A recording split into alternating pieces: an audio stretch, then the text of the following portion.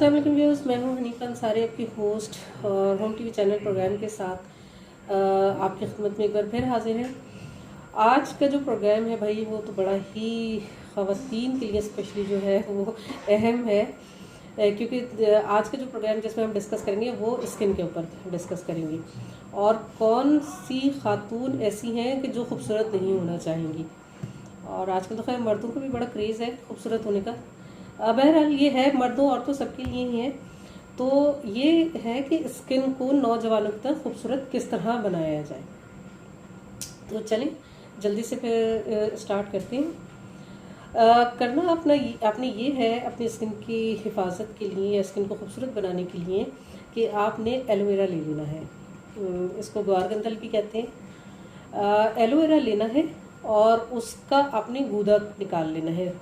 अब बहुत सारे लोग हैं जिनको शायद अव्वल तो हर कोई निकाल सकता है क्योंकि इतना तो आइडिया होता है सबको, लेकिन अगर आपको नहीं अंदाज़ा है तो मैं आपको बताती चलूँ कि आपने जो एलोवेरा का जो होता है पत्ता, इसमें अहम बात यह है कि आपने बाज़ार का एलोवेरा नहीं लेना है, आपने पत्ते को लेना है। पत्ता ले लें, उसको दोनों साइडों से उतार लें, वो गूदा निकलेगा उसमें से।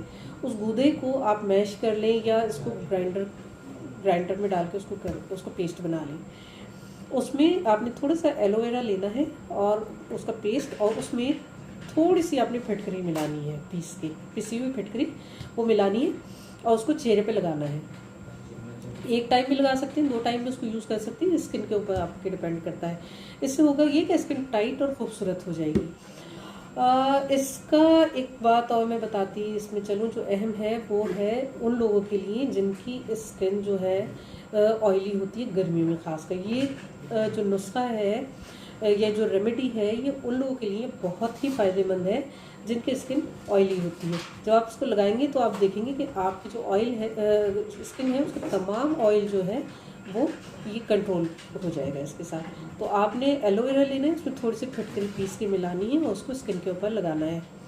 अगर आपकी स्किन जो है थोड़ी सी इरिटेट करे तो आप उसको फिर थोड़ा सा उसको दिन में 1 टाइम लगा सकती हैं। तो इसको इस्तेमाल करें और इस्तेमाल करने के बाद आप हमें अपने कमेंट्स दीजिए। तो इंशाल्लाह फिर हाज़िर होंगे। अल्लाह हाफ़िज़।